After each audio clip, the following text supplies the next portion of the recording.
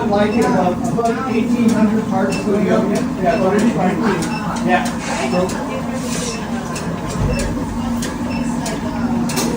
Just gas exchange, how fast we want the gas to exchange, the someone exchange. This one we're looking for different, this is we're looking for the different growth rate. How fast the one goes.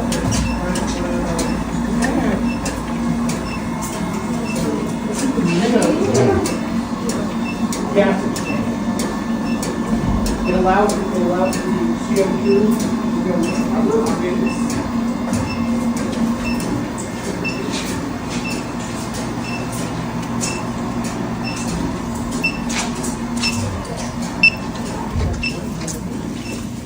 This is a working chemistry lab. Okay, Woody, just friend of a friend, found a pair of our shoes at the bottom. And last year, his movie won the prize at the Cannes Film Festival. And when he went up to get the award, he had our shoes on. And we're like, oh my God, Woody's got our shoes on. We got pictures of him, right? Not somebody else who was there. But Woody is not on social media. Woody doesn't have a Twitter account or a Facebook page. He doesn't care. And it's like, damn it, of all the celebrities to get, we had to get one. Like we could have, I don't know who's on social media all the time. You know, we could have got anybody other than him. But he is funny. He has actually talked to us. He called us because he loves them. Yeah. He's like, these are so good. So these ones we sell, but most of the experimental shoes that we're making here, we're doing this as a test for some other company, and it'll probably be a year or two before those ones. But these ones you can buy right now. We sell them on our website. And it's always, what's the brand? It's called Blue View. All one word. Is it a university brand or? No, it's one we had to start. You're not allowed to have a brand at the university, so we can do the research here, but we had to have our own separate company to make a brand. So you make sure they're comfy and like they fit into all foot sizes. It's a great question. Yeah, so that's a whole art. So we actually hired the president of the Blue View. There's our little sign right there, Blue View. That's how you say it. So the president of that was 25 years advanced.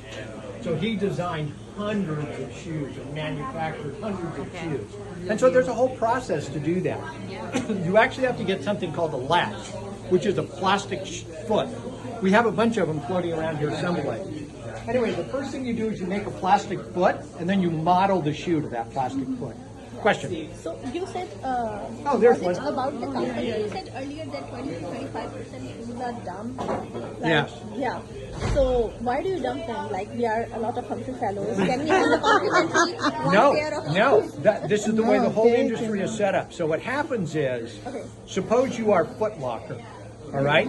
Foot Locker buys. The same thing with our foams and our hard plastics that we make, called thermoplastics.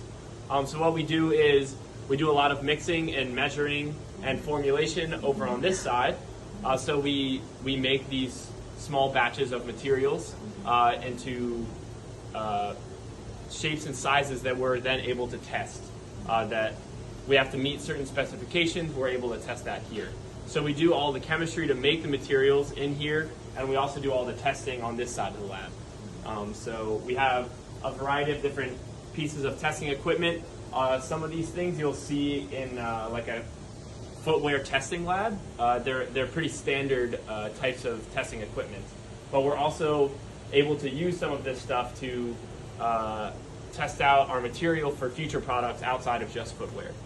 So we are kind of bridging some of the gap between like the smaller scale chemistry and actually developing a product. So we do a lot of that testing here. Yeah, and just so you understand, what these guys are working on this week, has anybody ever heard of Herman Miller chairs? I'll show you what we have. Yeah, you're a rich person. If you've heard of Herman Miller chairs, that means you're rich. They're very expensive chairs. They're pretty common in super high-end offices, like lawyers always have Herman Miller chairs, but they're kind of designer chairs too. So we were approached by Herman Miller about a month ago, and they said, we've heard about your material, and we would really like to try it in some of our chair seats. And we said, okay, and we had kind of a call with them. At the end of the call, they said, well, how much does your material cost, and how big is this? We made 40 or 50 tons a day. we could easily make a couple $100 and for you guys, we'll sell it to you at about $10 a Yeah, kilogram. potentially. Yeah. Now, for the shoe industry, that's super expensive. Yeah, The shoe industry sort of tolerates us selling them stuff at $70, maybe $8 a kilogram. No, wait, 10. The Herman Miller guy's actual expression was, do you know that we make couches that cost $10,000? That's no problem at all. So they sent us a mold, and Gordy and Justin have been trying to match the mold. So Gordy, explain to them. Okay, so here's an example. So we have a sample like this, and we're kind of able to feel it and test it in terms of hardness and density and some other pretty simple specifications. So that that's we try a to real match. Herman Miller chair. They Yeah. took a chair and took the foam cushion out of it and mailed it to us. Yeah, so Just so this we is- could understand. That's what the petroleum one looks like today. Yeah, exactly. So depending on the project, the process might be slightly different. But yeah, for this project, we received this from Herman Miller, and they're like, hey, can you recreate this with your own stuff, bio-based, biodegradable? So that's what we're trying to do.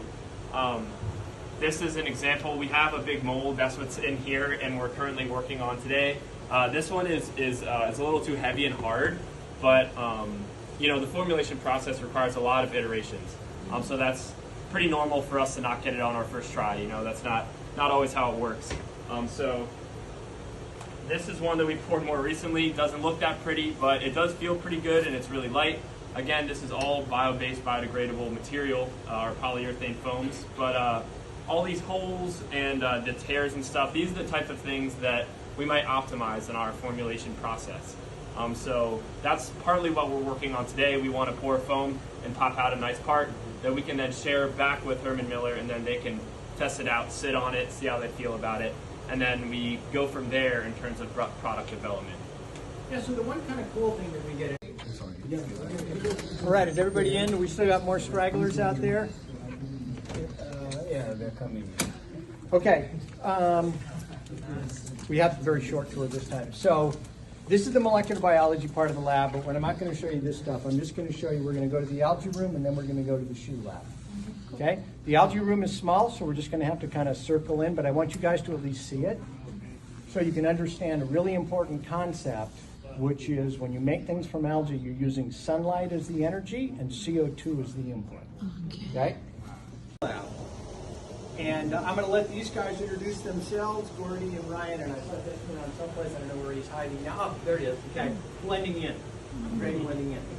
Okay, so what are these guys? They're kind of a unique thing. At this university, we decided about 10 years ago that we wanted to promote taking discoveries in the lab and getting them out into the real world, okay?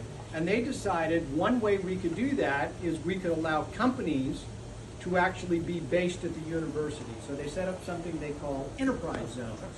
And so we are part of a, so Gordy and Justin and Ryan are all actually employees of a startup company. Be careful. Come on, all the way in, spread out that way a little, spread out this way a little bit.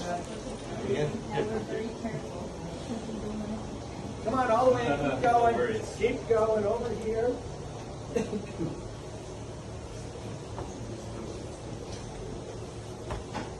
there.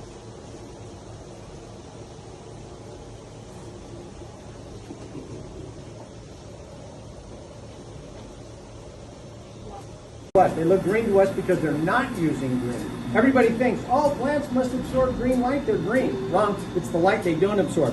These guys right here, the reason that's red and blue only, that's the only light they use.